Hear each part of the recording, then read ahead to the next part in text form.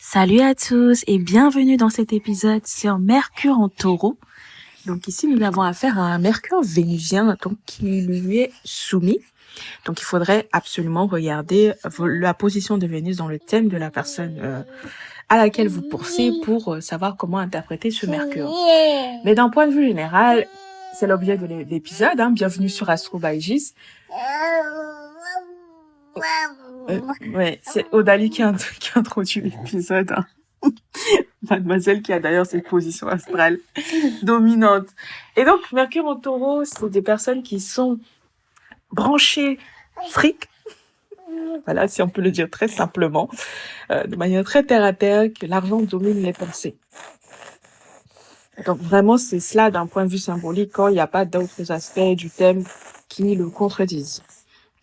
C'est l'obstination, c'est la gestion financière. On se demande comment utiliser ce qu'on apprend pour développer son portefeuille ou alors avoir des choses à mettre dans son ventre. Ça gouverne aussi ça. Le taureau, symboliquement, c'est la bouche. Donc c'est la bouche qu'on utilise pour parler, c'est la bouche qu'on utilise pour chanter, pour dire des belles paroles, mais c'est aussi la bouche d'un point de vue fonctionnel qui permet de nous nourrir. Et donc, on s'intéresse qu'aux choses qui nous touchent directement. Donc, le désavantage de ça, et je pense que vous le devinez, c'est que c'est des personnes qui ne vont pas plus loin que le bout de leur nez. C'est-à-dire, il y a très peu de curiosité intellectuelle, a priori, sauf si le thème l'indique, encore une fois. Il y a du Gémeaux qui passe par là, ou des aspects scorpions, rétrograde, je ne sais pas. Mais vierge, etc. Mais on ne va pas plus loin que le bout d'un nez. On aime les prêts à penser. On s'intéresse aux choses qui confortent ce qu'on pense déjà intellectuellement. Et voilà, parce que c'est un signe fixe. C'est pas forcément des personnes qui aiment le choc, qui aiment. On aime garder le status quo. Il faut que j'arrête d'utiliser les mots compliqués. Oh là là, voilà. Ne vous moquez pas de moi. J'ai des problèmes de diction depuis que je suis enfant. L'oral, c'est pas mon fort. C'est d'ailleurs pour ça que je le fais. Je suis mieux douée à l'écrit qu'à l'oral. Mais bon, je m'améliore. Et donc, je disais que, voilà, Mercure en Taureau, on parle pas pour rien. On l'ouvre pas pour rien.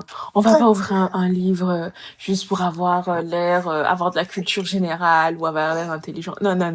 Si tu l'ouvres si la personne ouvre un bouquin, ça peut être un livre sur les finances, un livre sur un sujet qui lui rapporte du fric, de près ou de loin. En fait, un livre qui va l'aider à avancer. Mais on ne gaspille pas son énergie. Comme avec un Mercure en Bélier ou un Mercure en Gémeaux, par exemple, qui suit juste après. On est dans la conservation. Conservation de ses pensées et de ses centres d'intérêt. Et l'avantage principal quand on est comme ça, c'est qu'on se concentre, on ne s'éparpille pas et on a des actions concrètes qui sont mesurables, qui sont palpables. C'est lent, c'est très progressif avec le taureau, mais on avance, on progresse, je sais pas comment dire ça, on a des résultats au bout d'un certain temps. Alors que les Mercure en Bélier, ça bouge partout, ça bouscule tout, ça fait 100 000 livres à la fois, etc. Le Mercure en Gémeaux, il a ouvert des livres sur 10 sujets différents, il les a tous survolés, et il comprend pas tellement ce qu'il fait. Alors que le Mercure en Bélier, le Mercure en Taureau, non. Il en a ouvert 2, et il peut avoir la possibilité, si le thème l'indique, d'aller en profondeur et de te parler du sujet de long en large, parce qu'il y a émis de la réflexion. Donc voilà, c'est très lent, le taureau, c'est Vénus. Et aussi d'un autre côté, Mercure en taureau, vu que ça représente la parole et ce qu'on dit, le discours de la personne. Écoutez, c'est un Vénusien, ce Mercure-là. On dit ce que les gens ont envie d'entendre, on dit ce qui plaît, en fait.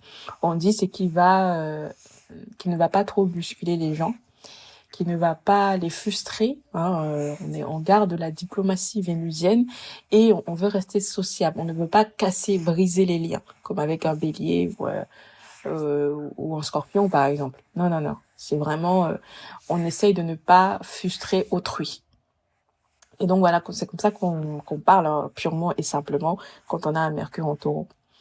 Et aussi, on pose sa voix, encore une fois, pour donner envie d'être écouté jusqu'à la fin. C'est des personnes, souvent quand elles parlent, on est accroché à leurs lèvres, on veut les croire, on veut les écouter, on veut les suivre. Mais d'un autre côté, c'est des personnes qui vont vous mentir, quoi. Vous savez pas vraiment ce qu'elles pensent et qui, quand les personnes sont amenées à toujours dire ce que les autres ont envie d'entendre, au final, on ne sait pas vraiment ce qu'elles pensent réellement. Ça va de soi. Mais voilà, retenez que Mercure en Taureau, on s'entoure des gens où on a des centres d'intérêt pour cash in, pour gagner de l'argent. On ne parle pas pour rien, on ne s'intéresse pas pour rien. On est très intéressé d'ailleurs quand on fait les choses. Aïe! Voilà, ça vole pas très haut, Mercure en Taureau. Hein. Ou du moins ça ne cherche pas plus loin que le bout de son nez. Et aussi, on juge les gens sur ce qu'on voit. Donc, on juge les facultés intellectuelles d'une personne sur ce qu'elle représente physiquement. Et donc, c'est un des gros désavantages parce qu'on on peut avoir de fortes erreurs de jugement et on peut considérer que les autres sont inférieurs à soi, en fait. Alors que parfois, intellectuellement, elles le sont largement pas, en fait. Elles sont supérieures. Mais voilà, on est vraiment très matérialiste et on essaye de garder le status quo et de ne pas trop être bousculé dans ses habitudes et dans ses pensées.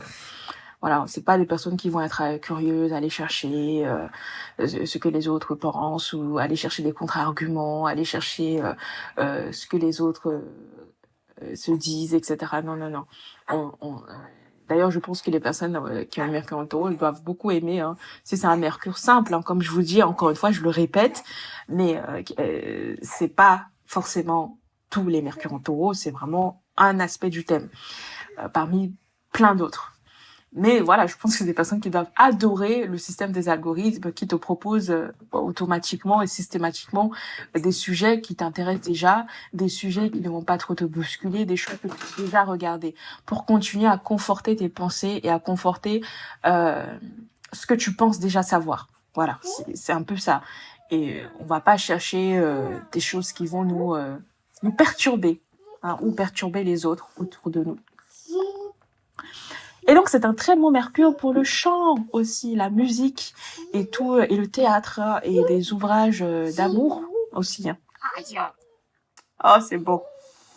Bon, voilà tout ce que j'ai à vous dire. Donc, les métiers, ça serait les financiers, les orateurs, ça peut être aussi des négociateurs, des médiateurs, des commerçants de produits alimentaires. Ou de tissus, pourquoi pas. Mais vraiment, on peut réussir dans ça.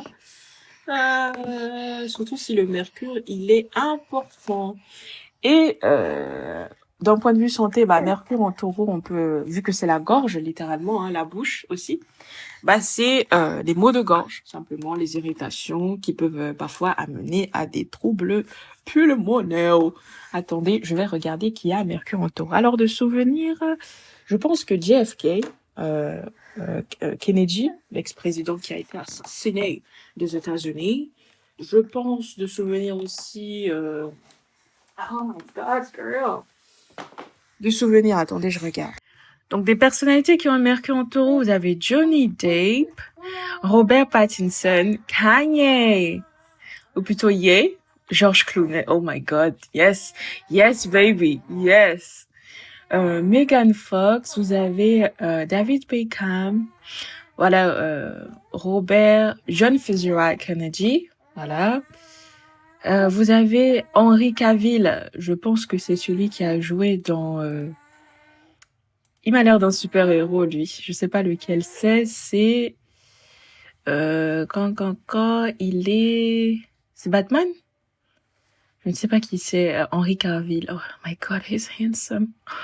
Oh, Jesus. C'est un taureau d'ailleurs.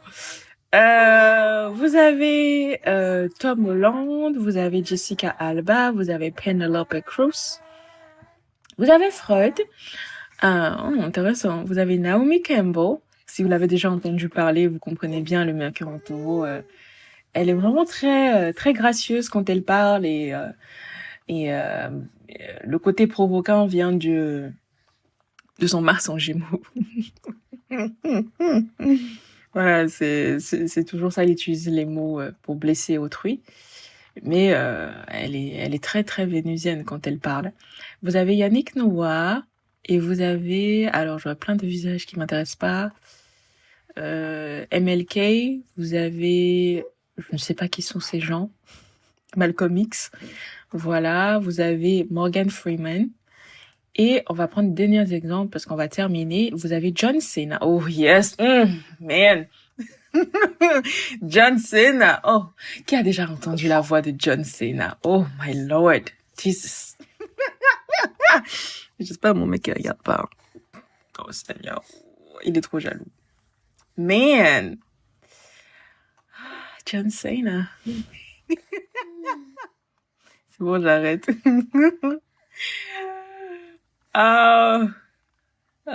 Lord, Jean-Paul II, ok. Vous avez Lénine, ok, j'ai jamais entendu Lénine parler. Vous avez Patrick Bruel, ok, qui est taureau d'ailleurs. Et vous avez Charles Aznavour, oui, ok, je suis d'accord.